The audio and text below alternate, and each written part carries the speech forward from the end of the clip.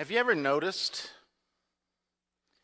Have you ever noticed how newborn babies all look exactly like Winston Churchill?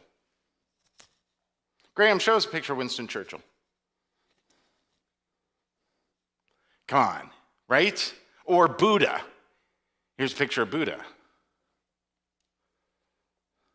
I was going to say, or like Santa Claus without the hair, but frankly, I couldn't find a picture of Santa Claus without the hair. The point is, okay, they don't. But sometimes you've probably heard that, right? Like, all little babies look the same. They're all like super cute, and they look like really old people, all like smushed up, right? Then, sooner or later, somebody says, oh, that's so cute, they've got their mom's nose or their dad's eyes, right? Or, they've got, look at those hands, going to be a piano player or a football player, or, people start to say stuff like that. And then you get a little bit older, right? And you're old enough to actually hear somebody say, you look just like your mom. Or you've got your dad's hair, right? That's usually when they pinch your cheek and they say something like that, which they mean to be cute, but you of course go, ah. Then you get a little bit older and you start to hear stuff like, your mom says to you something like, oh, you're just like your dad, right? Or your dad says, oh, you're just like your mom. Or sooner or later somebody says, you're just like your grandfather or your aunt, right? And you keep going, you keep thinking to yourself, what? No, I absolutely not. And then you get a little older and you realize, yeah, you do. Right? Because there's a little bit of them in you, right? A little bit of them there's no Winston Churchill in you. There's no Buddha in you. Well, maybe there is. Who knows, really?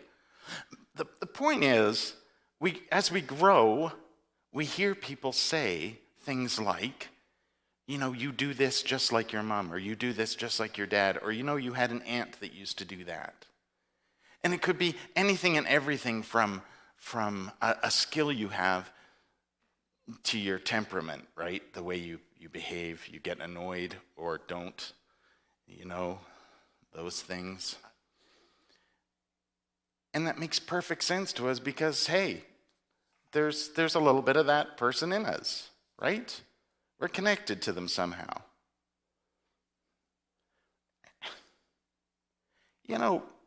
Right from the very beginning of all our stories, we hear we're created in the image of God.